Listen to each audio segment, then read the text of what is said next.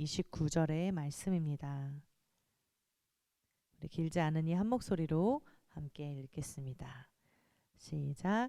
이튿날 요한이 예수께서 자기에게 나아오심을 보고 이르되 보라, 세상 죄를 지고 가는 하나님의 어린 양이로다. 아멘. 아멘. 우리 양옆에 분들, 앞뒤 분들 바라보시면서 우리 함께 이렇게 인사하셨으면 좋겠습니다. 주님 안에서 환영합니다. 아멘. 잘 오셨습니다. 네, 아멘.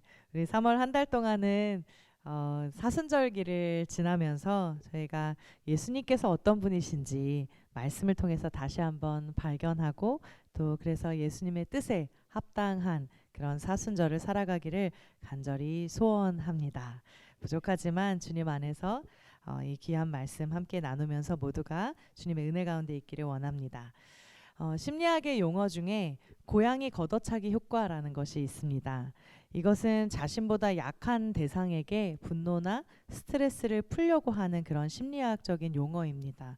그래서 사회적 지위가 높거나 힘이 센 사람이 자신보다 사회적 지위가 낮거나 힘이 약한 상대한테 화풀이를 하는 그런 현상을 의미합니다. 이 효과의 그 유래가 중세 이런 우화에서 유래된 것이라고 합니다. 한 기사가 이제 저녁 연회에서 영주님, 그러니까 주인님께 꾸중을 들었습니다. 그래서 이 기사가 화가 난 채 자신의 그 장원으로 되돌아왔습니다. 돌아왔는데 이제 제 시간에 자기를 맞이하지 못한 집사가 있었습니다. 그래서 그 관리하는 집사에게 한바탕 화를 냈습니다. 이제 그러니까 이 집사도 이제 마음속에 울분을 막 품고 억울함이 막 있어서 집에 돌아온 다음에 별것도 아닌 이유로 자기 아내에게 한바탕 욕을 했다고 합니다. 그래서 이 억울한 아내는 또 갑자기 욕을 먹으니까 화가 막 나 있었습니다. 근데 마침 또 아들이 침대에서 깡충깡충 뛰는 것을 본 거예요. 그래서 이 아들의 뺨을 한 대 이렇게 때렸다고 합니다. 중세의 이야기입니다. 그래서 그 이후에 영문도 모르고 갑자기 뺨을 맞은 아이는 기분이 극도로 나빠져서 옆에서 뒹굴고 있던 고양이를 발로 이렇게 걷어찼다. 이제 이런 이야기로부터 유래한 표현입니다. 어찌 보면 상대적으로 더 약한 존재들이 희생양이 된다는 것을 발견할 수가 있습니다. 역사적으로도 보면 중세 시대에 아무런 죄가 없고 사회적으로도 힘이 없는 여인들을 희생양으로 만들어서 이제 마녀로 몰고 또 처형한 그런 일들을 우리가 찾아볼 수가 있습니다. 오늘날에도 사회 속에서 많은 사람들은 희생양을 찾고 있는 것 같습니다. 그래서 자신의 스트레스나 분노를 그 희생양이 되는 어떤 타겟에게 막 이렇게 투여를 해서 그 약한 대상에게 대입시키고 이제 그것을 풀어내려고 하는 것 같은 그런 느낌을 받을 때가 참 많이 있습니다. 그런데 성경은 우리에게 이 희생양에 대해서 사회에서 보여주는 모습과는 완전하게 다른 도식을 우리에게 제공해 줍니다. 그래서 오늘은 우리가 이 말씀을 함께 읽고 묵상하고 또 나누면서 그 의미를 다시 발견하기를 원합니다. 오늘 본문 말씀을 먼저 함께 읽어보겠습니다. 29절 말씀입니다. 한 목소리로 읽겠습니다. 시작.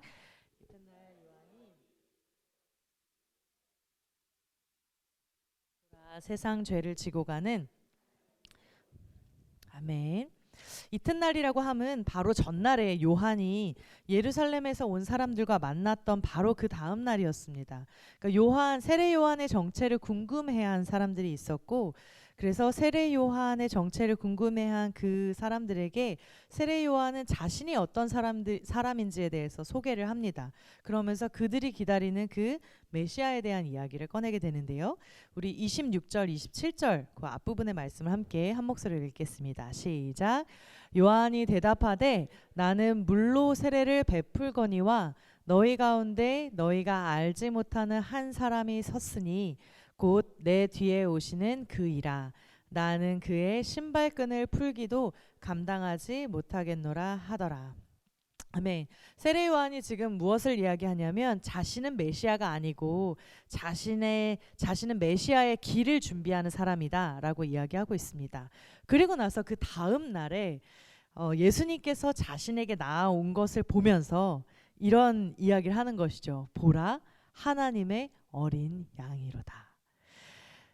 요한에게 보내진 사람들은 예루살렘으로부터 보내진 사람들이었습니다. 메시아에 대해서 궁금증을 가지고 있었고, 그래서 요한이 나타나서 많은 사람들이 그를 따르는 걸 보면서 당신이 혹시 메시아인가? 이런 질문을 가지고 요한을 찾아왔던 것이죠. 그래서 요한에게 막 묻습니다. 네가 엘리야냐? 네가 선지자냐? 막 이러면서 요한에게 질문 공세를 막 퍼붓죠. 그리고 그들은 혹시 그들이 기다리던 그 왕, 메시아가 혹시 당신일까 하는 질문을 계속 던지고 있었습니다. 그런데 요한은 그들 앞에서 예수님의 존재를 드러내는 말을 하고 있는 것입니다. 그런데 예수님에 대해서 뭐라고 소개하냐면 하나님의 어린 양이다 라고 소개하고 있습니다. 이 오늘 본문의 요한복음 1장 29절에 사용된 이 신약의 원어는 아이로라는 동사인데, 이 동사는 취한다, 자신의 어깨로 나른다 라는 뜻도 있고 또 짊어진다 이런 뜻도 있지만 없앤다, 제거한다 라는 의미도 가지고 있습니다. 그래서 우리가 읽은 본문에서 개역개정 번역은 보라, 세상 죄를 지고 가는 하나님의 어린 양이로다 라는 표현으로 하고 있습니다. 그런데 공동번역을 보면 이 없앤다, 제거한다라는 의미를 조금 더 살려서 이렇게 번역하고 있습니다. 이 세상의 죄를 없이 하시는 하나님의 어린 양이라고 번역합니다. 그래서 이 어린 양 예수님, 하나님의 어린 양으로서의 예수님의 사명은 우리의 죄를 자신의 어깨에 짊어지시고 그리고 그 죄를 완전하게 없애주심으로 참으로 하나님의 거룩한 때를 시작하게 하시고, 그리고 우리 예수님의 제자된 우리에게 어떻게 살아야 할지를 가르쳐 주시는 분이십니다. 아멘. 이 죄를 짊어지고 또 없이 한다라는 이런 모티브는 우리가 먼저는 구약 성경 안에서 찾아볼 수가 있습니다. 레위기 16장에는 아사셀 염소에 대한 이야기가 나옵니다. 속죄일이 되었을 때 제사장은 아사셀 염소에게 안수해서 이스라엘의 모든 죄를 덮어 씌우고 광야로 보내서 죽게 합니다. 우리 16장 10절 말씀 우리 함께 한 목소리로 읽겠습니다. 시작. 아사셀을 위하여 제비 뽑은 염소는 산채로 여호와 앞에 두었다가 그곳으로 속죄하고 아사셀을 위하여 광야로 보낼지니라. 아멘. 속죄일은 두 가지의 기둥으로 되어 있는데, 하나는 제물로 잡은 그 염소의 피로 하나님의 성소를 정결케 하는 일이 있었습니다. 그리고 다른 하나는 이스라엘 모든 자손들의 죄를 짊어진 이 아사셀 염소를 광야로 내보내는 그런 의식이었습니다. 그러니까 이 두 가지의 의식을 치르기 위해서 두 마리 숫 염소를 준비를 하고, 그리고 제비 뽑기를 해서 한 마리는 성소를 위해서, 한 마리는 아사셀을 위해서 이렇게 이제 하나님 앞에 드리는 것을 결정하게 되는 것이죠. 그런데 이 아사셀을 위한 염소는 이제 도살되거나 이제 뭔가 죄를 씻거나 정화하는 용도로 그렇게 사용되는 것이 아니라 이스라엘의 이 부정한 죄를 가지고 광야나 아무도 살 수 없는 곳으로 완전하게 내다 버리는 운반 도구의 역할을 하게 되는 것입니다. 아사셀 염소가 무엇이냐라고 했을 때 이 아사셀에 대한 단어의 해석은 학자들마다 조금씩 다르기는 합니다. 그렇지만 조금 공통점을 찾아보자면 혼돈의 근원 혹은 악령이라는 뜻으로 해석할 수도 있고, 또 다른 편으로는 험한 지형, 사람들이 접근할 수 없는 황무지라는 뜻으로 해석할 수도 있습니다. 뜻을 조금 조합해 보자면 어둠과 미지와 혼돈의 영역으로 이 염소를 보내는 것입니다. 그러니까 알지 못하는 어두움이 있고 혼돈이 있는 그 광야로 그냥 이 염소를 내몬다라는 그런 뜻으로 아사셀이라는 이름으로 불렸을 것으로 추정이 됩니다. 그래서 제사장이 이 염소에게 안수하고 모든 죄를 이 염소에게 전가한 다음에 염소는 혼돈의 곳, 완전한 광야로 그냥 내몰리게 됩니다. 그래서 다시 돌아올 수 없는 그 광야의 길을 가버리게 되는 것이죠. 그래서 다시 돌아오는 일은 없습니다. 모든 죄를 떠안았기 때문에 그 죄를 광야로 가지고 가서 완전하게 없애버리는 역할을 하게 되는 것이죠. 이 아사셀 염소가 광야로 보내지게 되면 다시 돌아오지 않는 것처럼, 근데 다시 돌아오지 않는다는 건 사실 뭐 낭떠러지에 떨어져서 죽거나 아니면 맹수에게 찢겨 죽거나 이제 비극적인 이런 결말을 맞이하게 되는데, 어쨌든 이 아사셀 염소가 다시 돌아오지 않는 것처럼 이 아사셀처럼 이제 예수님께서 이 아사셀 염소처럼 우리들의 죄를 지고 정말 성문 밖으로 가셔서 십자가를 지시고 그 광야 혼돈의 곳으로 내몰리셔서 그 죽음을 맞이하신 후에 그 예수님께서 지고 가신 그 죄가 돌아오지 않게 되는 것입니다.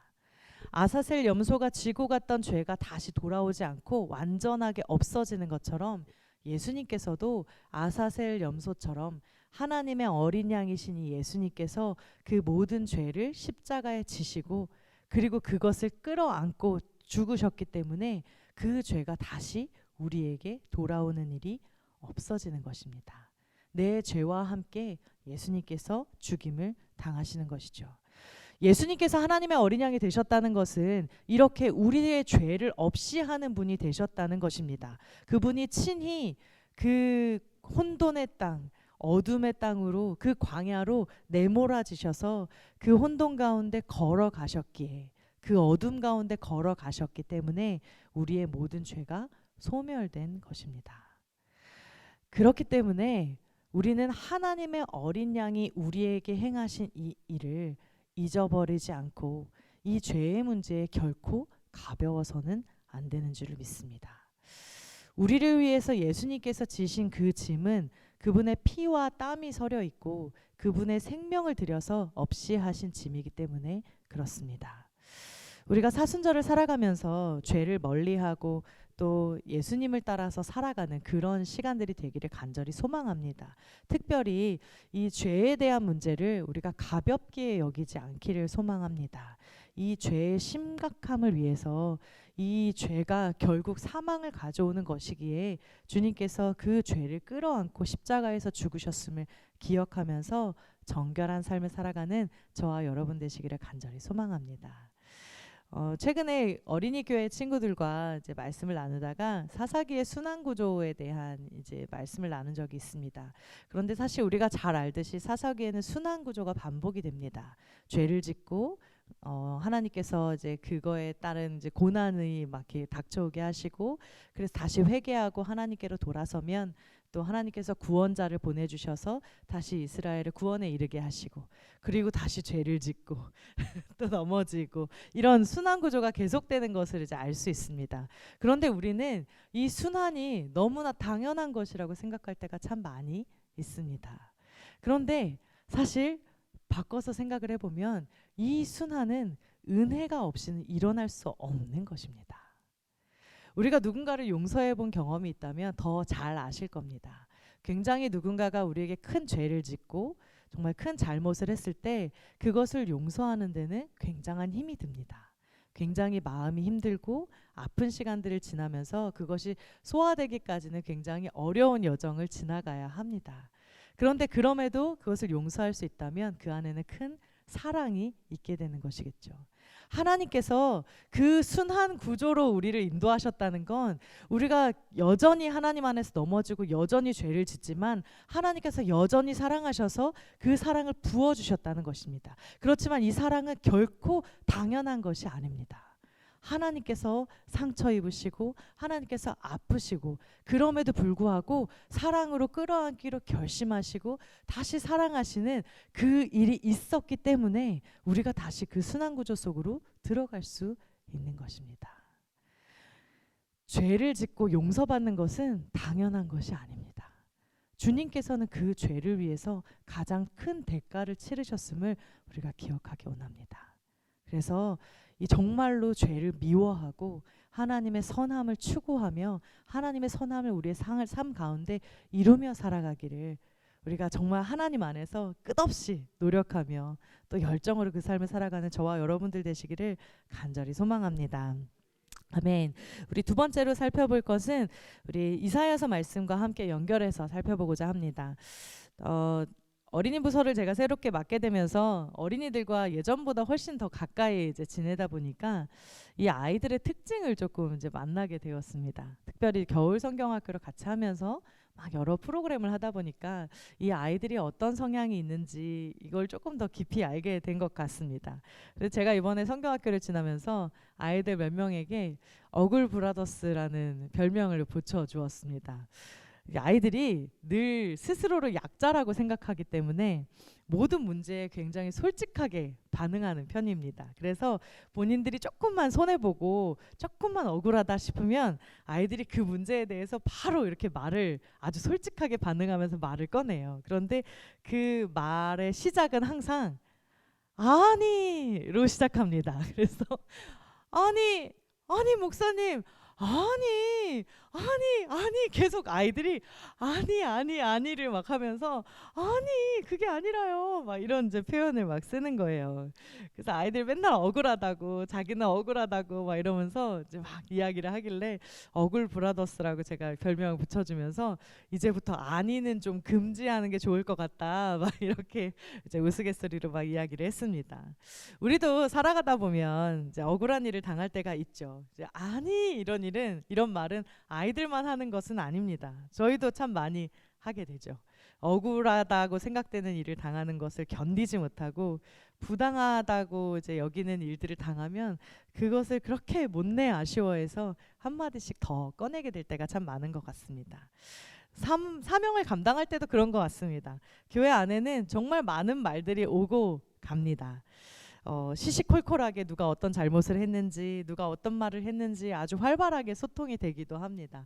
물론 소통이 잘 된다는 것은 나쁜 것은 아니지만 그렇지만 그 안에 억울한 마음과 원통한 마음이 끼어 들어가게 되면 이 말들은 누군가를 향한 화살이나 칼이 되어서 공격하기 마련입니다. 하나님의 어린 양에 대한 이 모티브는 이사야서 53장의 고난받는 종에 대한 예언에서도 찾아볼 수가 있습니다.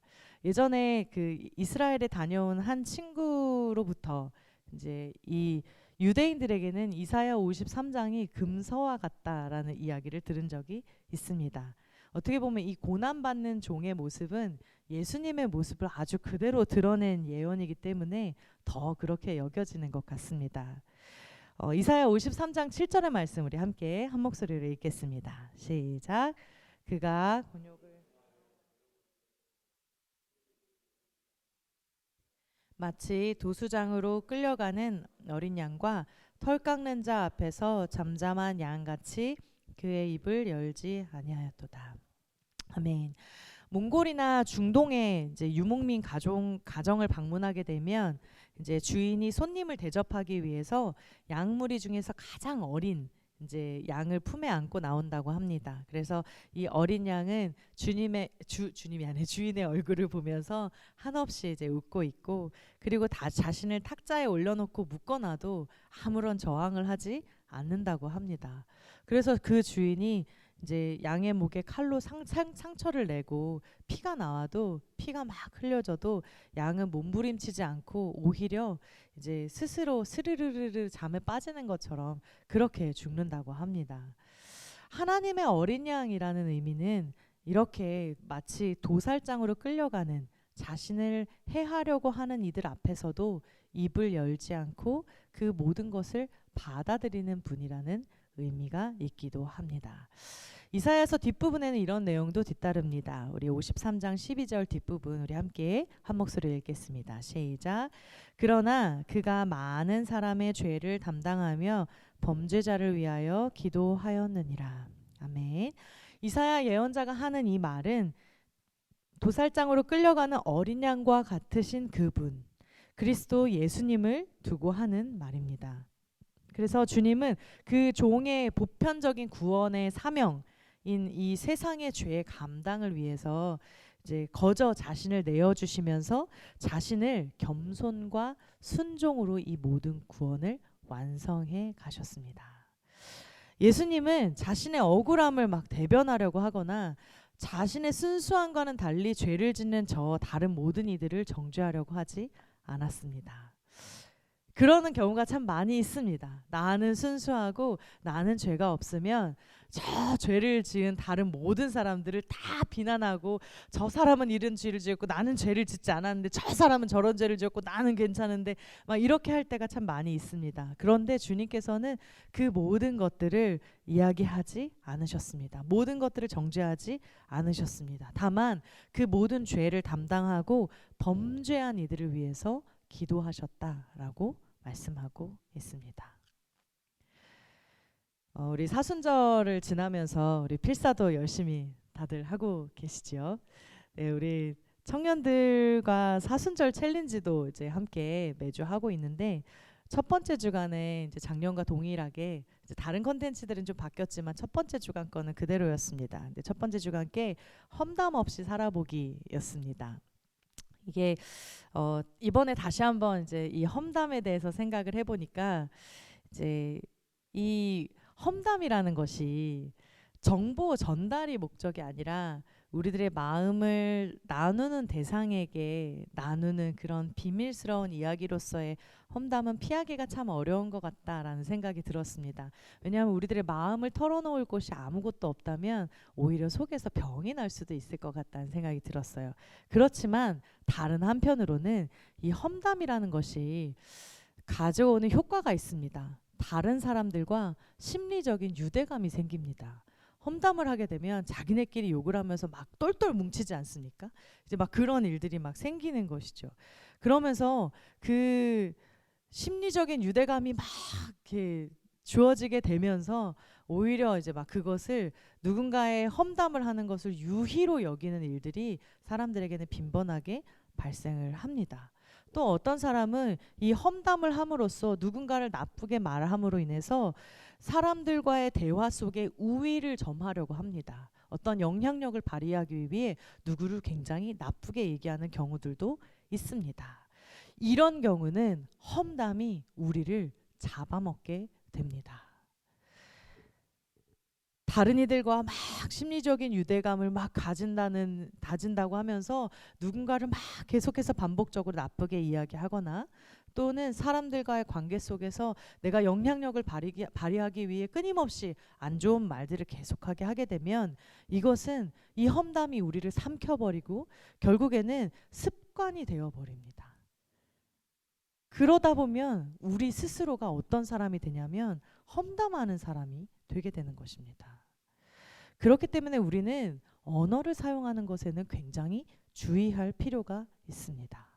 때로는 억울한 마음이 들 때도 있습니다. 그리고 그 억울함을 풀기 위해서 누군가를 공격하고 싶을 때도 있습니다. 내가 당한 만큼 뭔가 똑같이 갚아주고 싶고, 그래서 안 좋은 말들로 막 갚아주고 싶고, 또 누군가가 나에게 잘못하면 그것을 어떻게든 풀어보려고 다른 사람에게 그것을 안 좋은 형태로 이야기를 하게 될 때도 분명히 있습니다.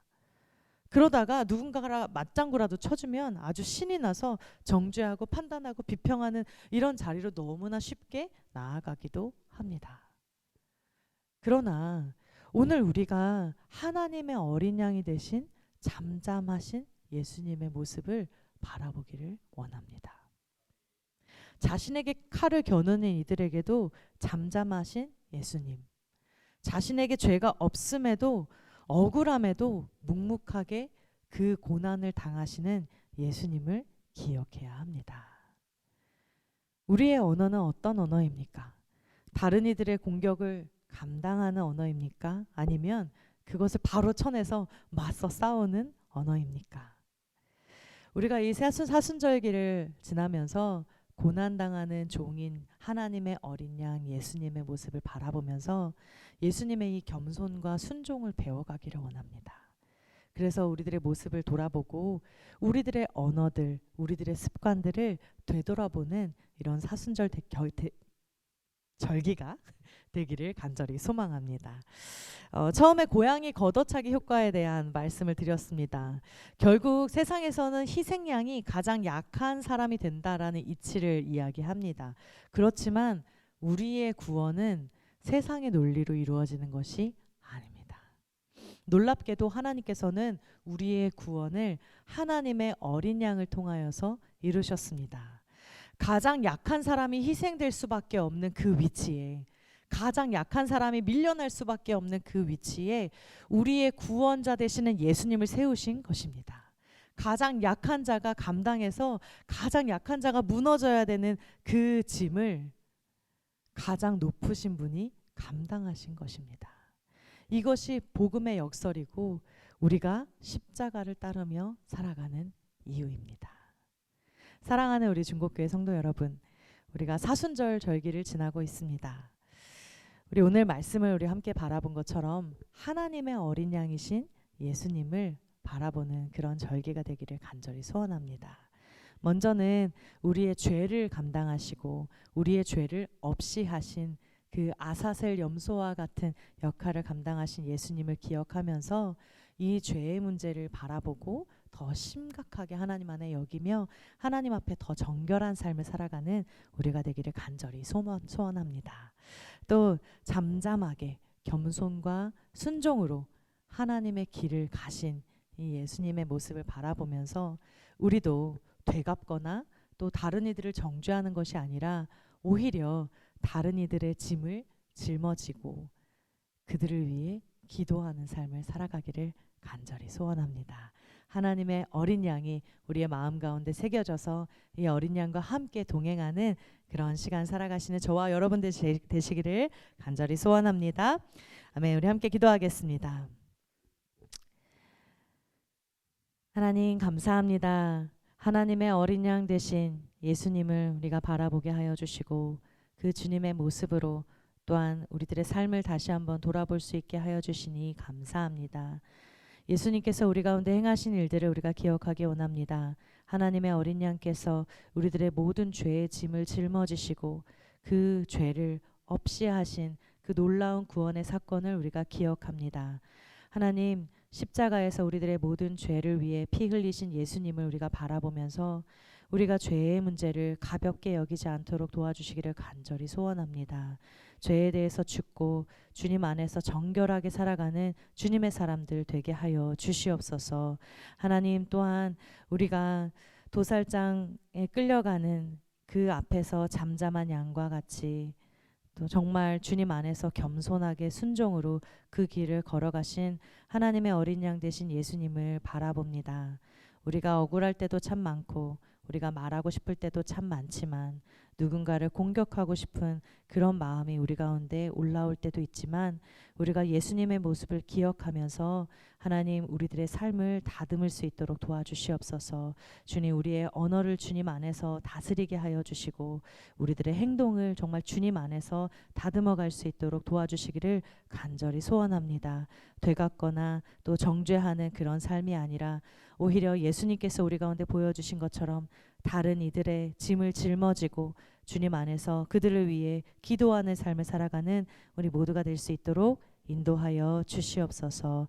이 모든 말씀 우리 주 예수 그리스도의 이름으로 기도합니다.